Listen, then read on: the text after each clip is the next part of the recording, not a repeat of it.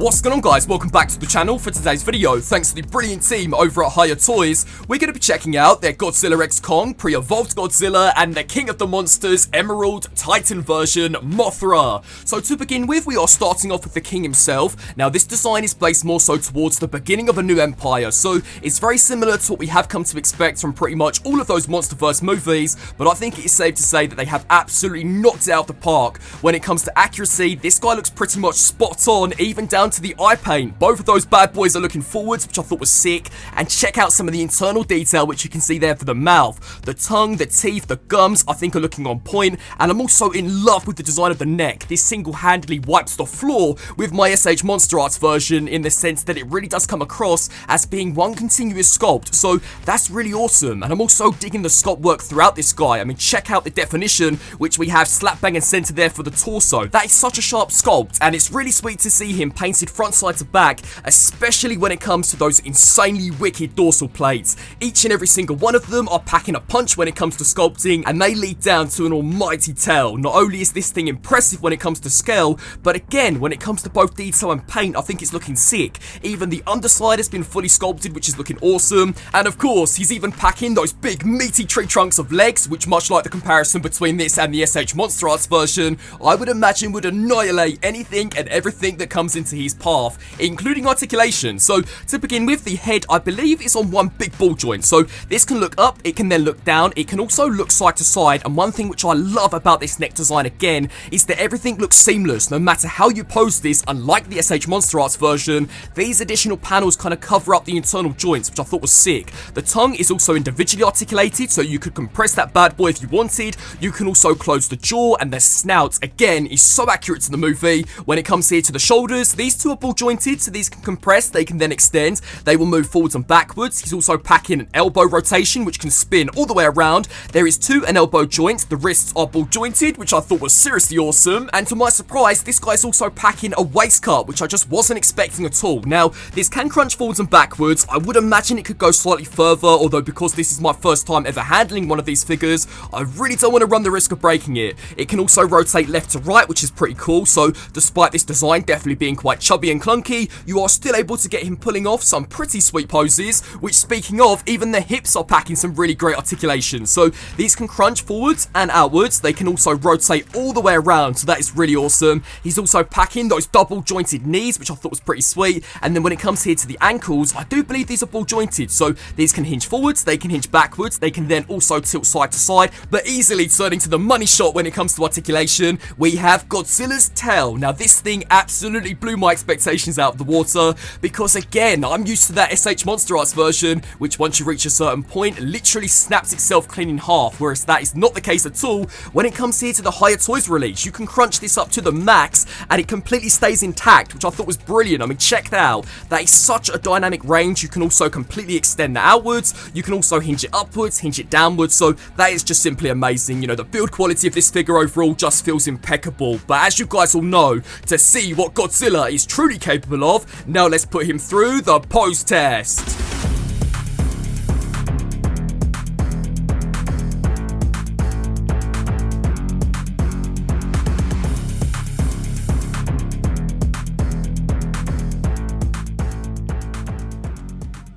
Next up, we have the Queen of the Monsters herself, Mothra, who is inspired by, I believe, the very first time we are introduced to this character in the King of the Monsters movie, and she looks stunning, especially when it comes to the wings. Not only have these been insanely detailed and painted, but they're also packing when it comes to length. You know, she definitely has presence. To give you guys a closer look at those wings, I think they are looking sick, and if you're able to kind of get a great light source behind them, then it really does bring them to life, again to match the look of the movie. But unfortunately, the entire body for the most part is one shade of paint, and there is one area which I maybe wish they could have sprinkled in a bit more paint, that being the eyes. You know, those big bright blue bulbous eyes really did stand out to me in the movie, so it would have been sick had they at least painted those in a metallic blue. But when it does come to detail, you know, very accurate to the movie, especially with these little razor sharp claws we have up top, and the same could even be said for the smaller wings. So overall, she still is pretty impressive, although I just don't think is as impressive as Godzilla, especially considering that they are priced very similarly. Now, when it comes to articulation, the wings are on hinge joints, so these can flap forwards and backwards. Would have been amazing had these maybe also came packing with a bendy wire, so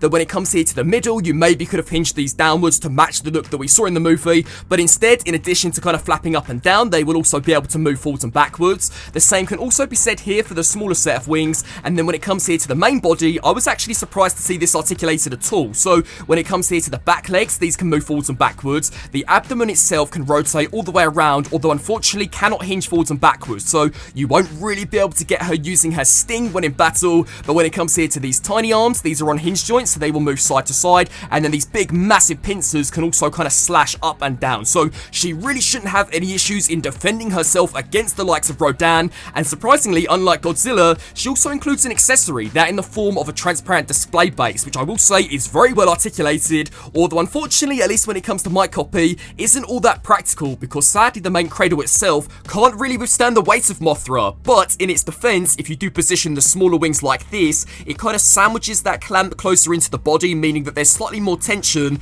So right now it doesn't seem to be going anywhere, and to be fair guys, this will hold pretty securely, although unfortunately this is really the only pose that you're going to get out of her, unless you want her kind of flopping left to right, because the second that you take those wings, kind of hinge them upwards, unfortunately she does then just begin to tilt either to the left or to the right, which means that the amazing articulation we get out of the display base is honestly kind of useless. So I'm hoping in the future they can tighten up the tolerances of that clamp. And then she also includes 2 additional attachments, which I imagine are so that you can combine her display base with Rodan, so that I imagine you can kind of pull off a full-blown battle between those 2 characters.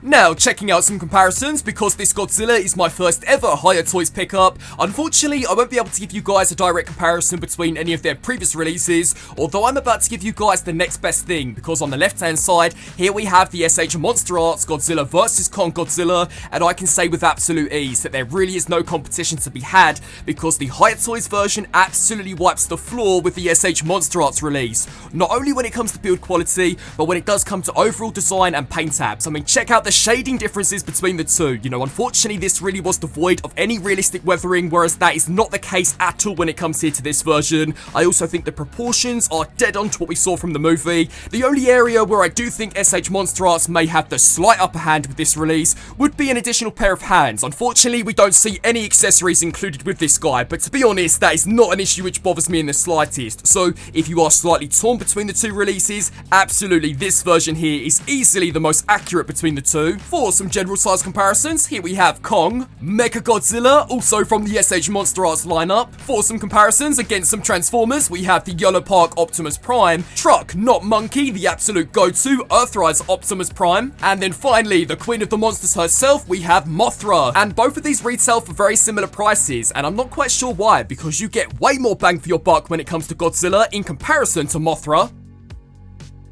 And so, wrapping up on this review for the pre-evolved Godzilla and the King of the Monsters Emerald Titan version, Mothra. Overall, when it comes to Godzilla, there is very little to complain about. The figure looks pretty much spot on to the movie, and as I've mentioned so many times in this video, it absolutely wipes the floor with the SH Monster Arts version. It looks better in about every single way, the build quality is better, the articulation is definitely better, and the design is just sick. Although, as we change gears to Mothra, whilst the painting and the detail, especially when it comes to those wings, looks beautiful, I do wish that maybe there could have been some slight paint variation when it came to the actual body itself, especially as we check out the eyes. As I mentioned, it would have been wicked had they been fully decked out in a metallic blue just to make them stand out from the rest of the sculpt. There is no denying that she's a stunning figure, especially when it does come to that wingspan. So overall, for the most part, I am incredibly impressed. I've been wanting to check out some of these figures from Hiya Toys for a very long time, and I'm so glad that I have, because without any doubt at all, these are definitely going to cause for some tough competition when it does come to deciding between these or SH Monster Arts.